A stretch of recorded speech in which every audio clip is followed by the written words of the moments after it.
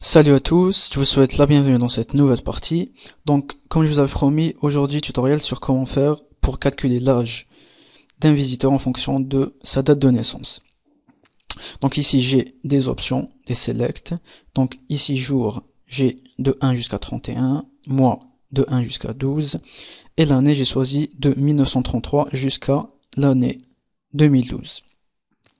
Bref, si je saisis ici ma date de naissance, je suis né le 25 décembre 1990,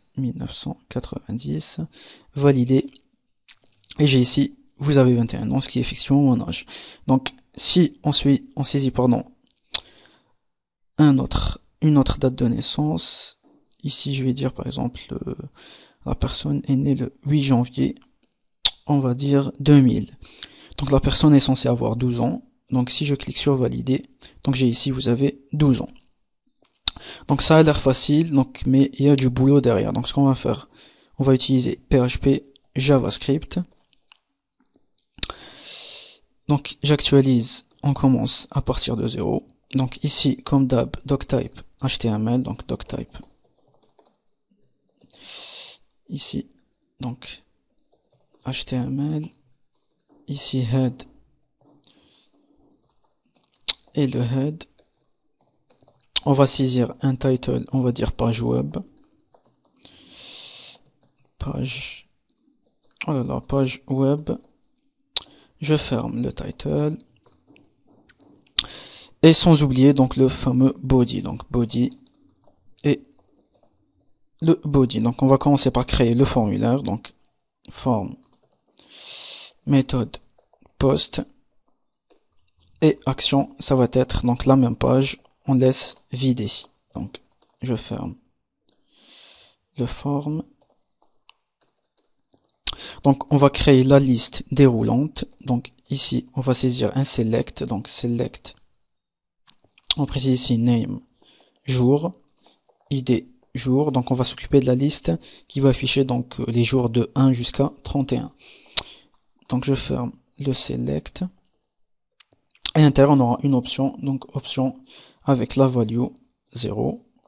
Et on précise ici jour. Et je ferme l'option.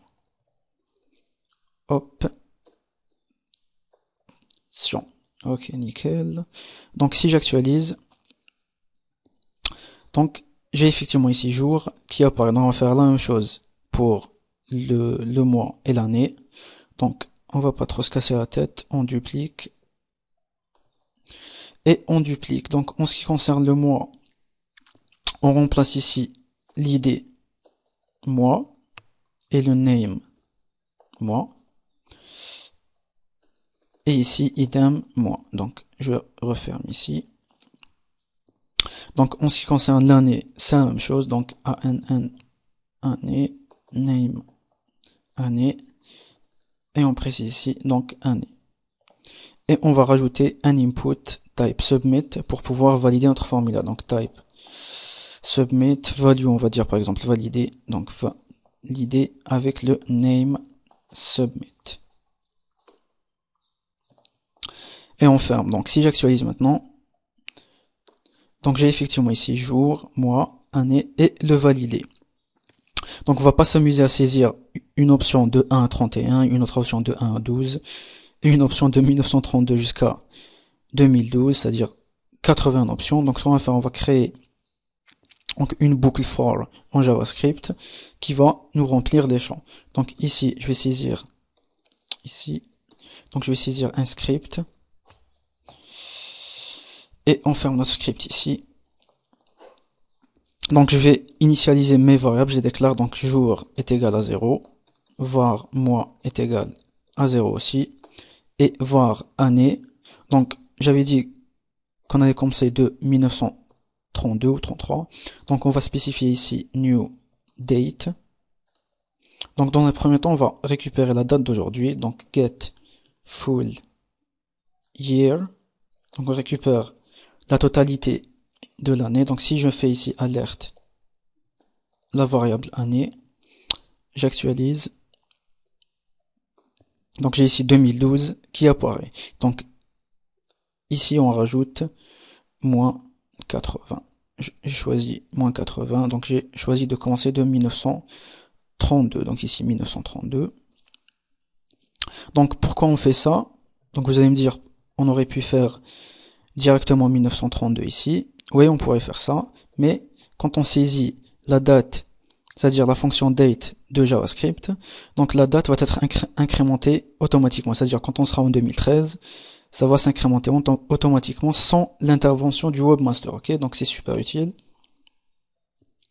Donc je vire l'alerte, et ici on va dire for, on a déjà fait des boucles, var i donc est égal à 1, point virgule, donc i est inférieur ou égal à 31, donc les jours varient de 1 jusqu'à 31, et on incrémente le i de plus 1. Ici, on va créer une variable, je vais l'appeler myOption, ou mon option, faites ce que vous voulez, vous l'appelez comme vous voulez, est égal document.create element option. Donc on va créer une option. Donc on avait déjà fait ça en ce qui concerne donc les objets de JavaScript dans mes anciens tutos. Et ici on précise que myOption.text donc est égal, donc c'est-à-dire ici le texte du jour, on va l'incrémenter de plus 1. Donc c'est-à-dire on va l'incrémenter de plus i, ok? Donc myOption est égal jour plus i, ok? Et myOption.value, option.value est égal jour plus i. Donc idem, donc ici on incrémente le jour et sa valeur ici qui est de 0, elle va être 1, 2, 3, 4, etc. Donc pour que ces modifications s'opèrent, donc on va rajouter ici donc document.get element by id, donc d'après l'id jour, donc j'avais précisé ici, donc dans le select l'id jour, et on précise ici l'objet, donc options i est égal à myOption, donc option point virgule. Donc ici je check s'il n'y a pas d'erreur. Ok, nickel. Donc si j'actualise, je clique sur jour et j'ai effectivement les jours de 1 jusqu'à 31. Donc on va faire la même chose en ce qui concerne le mois, l'année. Donc for, je duplique ça en ce qui concerne donc le mois. Donc je vais faire un petit commentaire ici, mois. Et on précise le i, il varie de 1 jusqu'à 12. Ici, notre variable mois. Idem ici, la variable mois. Et ici, getElementById mois. La même chose pour l'année. Donc je duplique tout ça et je le colle ici.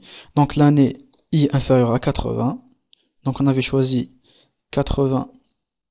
Donc c'est-à-dire on a déduit de 2012 80 années. Donc je reviens vers mon code JavaScript. Il est où? Donc ici l'initialisation de notre variable, on avait ici moins 80. Donc i inférieur ou égal à 80. Ici on précise année. Donc notre variable année. Idem ici notre variable année. Donc getElement année. Donc si on actualise, donc j'ai ici le jour qui varie de 1 jusqu'à 31, le mois de 1 jusqu'à 12, et l'année donc de 1933 jusqu'à 2012. Donc je vais arrêter la vidéo ici. Dans la deuxième partie, on va attaquer le code PHP. Donc je vous remercie, on se voit dans la deuxième partie.